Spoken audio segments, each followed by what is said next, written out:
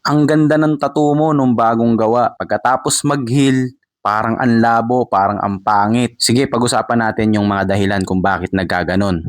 Napansin mo ba, ang ganda nung tattoo mo nung bagong gawa eh. Makapal, ang itim, matingkad ang kulay, at malinaw yung mga detalye. Pero nung naghilom na siya, parang kumupas, may nawawalang parte, o hindi na kasing ganda. Bakit kaya? Maraming dahilan kung bakit nagbabago ang itsura ng tattoo habang naghihilom. Hindi ibig sabihin na palpak agad ang tattoo artist. Narito ang ilang mga posibleng dahilan. Una, kapag ang bagong tattoo ay may halong dugo, plasma at pamamaga, mukha itong mas matingkad at mas makintab ang tinta. Pero pagkatapos ng ilang araw at ilang linggo, humuhupa yung pamamaga, natatakpan ng bagong layer ang balat. Kaya natural na magiging mas soft at mas hindi kasing tapang ang itsura nito. Number 2, hindi nasunod ang tamang aftercare. Isa ito sa mga pinakakaraniwang dahilan. Kapag kakinamot mo, kinuskus, binabad sa tubig o hindi nilagyan ng tamang moisturizer, maaaring matanggal ang mga scab kasama ang ilang bahagi ng ink na pwedeng magresulta sa patchy areas, hindi pantay ang kulay, may nawawalang linya o nawawalang shading.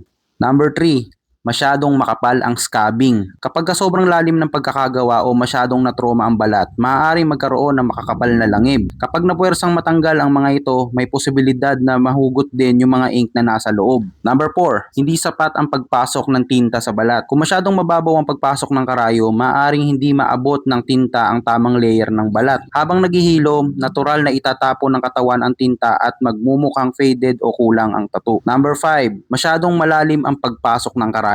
Kabaligtaran naman ito, kapag sobrang lalim, maaaring magkaroon ng blowout, scarring, hindi pantay na paghilom. Kaya kahit maganda noong fresh pa, iba ang magiging resulta kapag kahiled na. Number 6, pwede rin to, yung skin type ni client. Hindi pare-pareho ang balat ng tao. May mga balat na mas mabilis mag-regenerate, mayroong mga balat na oily, may balat na mas sensitibo, at merong mga balat na prone sa scarring o yung tinatawag nilang keloid type. May mga client na napakaganda ng healed result habang ang iba naman nangangailangan ng touch up kahit tama ang proseso. Number 7, yung lokasyon din ng tattoo, isa rin yun. May mga parte ng katawan na mabilis kumupas o mahirap paghilumin tulad ng daliri, palad, talampakan, siko o tuhod.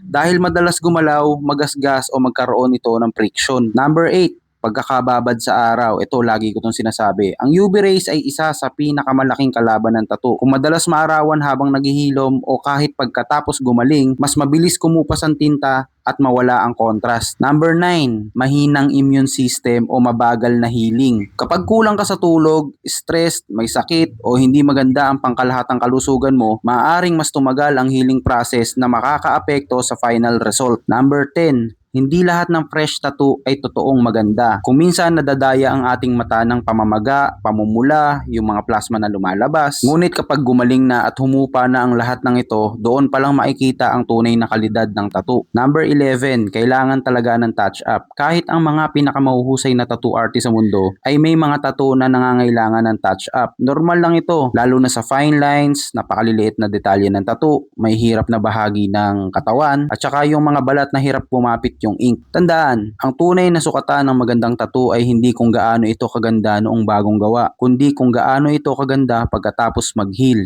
Kaya mahalaga ang tamang tattoo application, tamang aftercare para sa pinakamagandang healed result.